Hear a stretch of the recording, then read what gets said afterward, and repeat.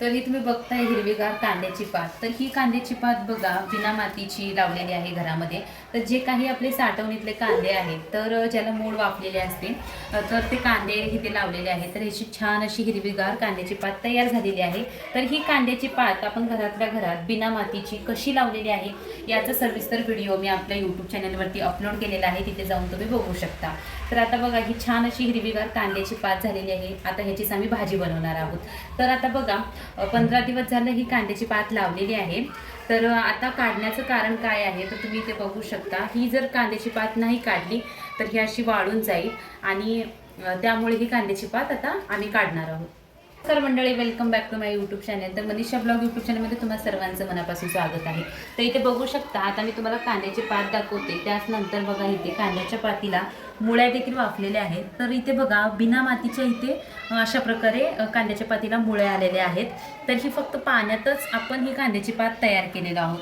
तर इथे बघू शकता हे जे काही त्याचं खालचं पाणी आहे.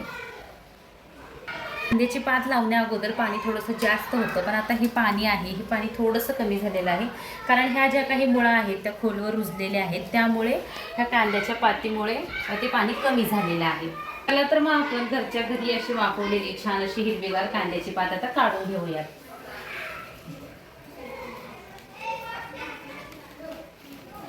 तर इथे बघू शकता तुम्ही जशा मातीत आपल्या जशा रुजल्या जातात मुळा तशाच प्रकारे इथे कांद्याच्या पातीच्या मुळ्या देखील रुजलेल्या आहेत आणि छान अशी हिरवीगार अशी कांद्याची पात आपली वापलेली आहे. तर ही काढून घेते, कारण ही जर कांद्याची पात आपण अशीच ठेवलो तर ही पूर्ण सुकून जाईल. त्यामुळे आता ह्या कांद्याची पात जी आहे चांगली वाढ झालेली आहे.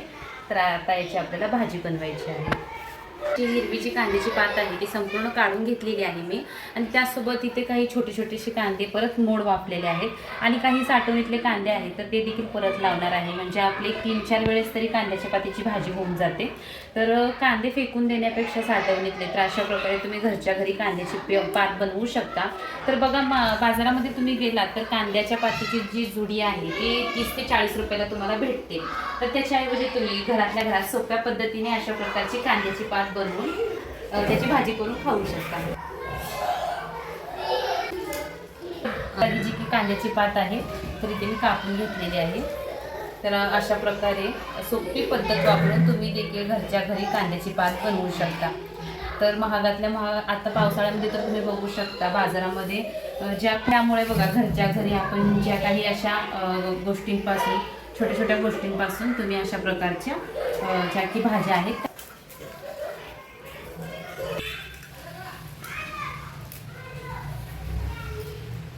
तर ही जी की हिरवी कांद्याची पात आहे ती वेगळी केलेली आहे. त्यानंतर इथे बघा जे की खालचे कांदे आहेत ते वेगळे केलेले आहेत.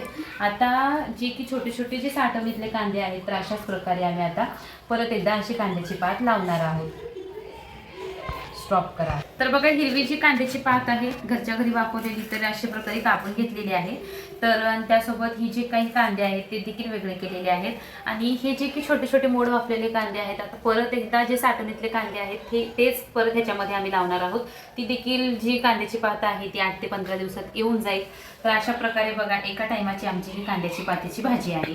तर तुम्ही देखील अशा प्रकारे घरच्या घरी कांद्याची पात बनवून करून खाऊ शकता. व्हिडिओ आवडल्यास व्हिडिओला लाईक करा, चॅनलला नक्की सबस्क्राईब करा.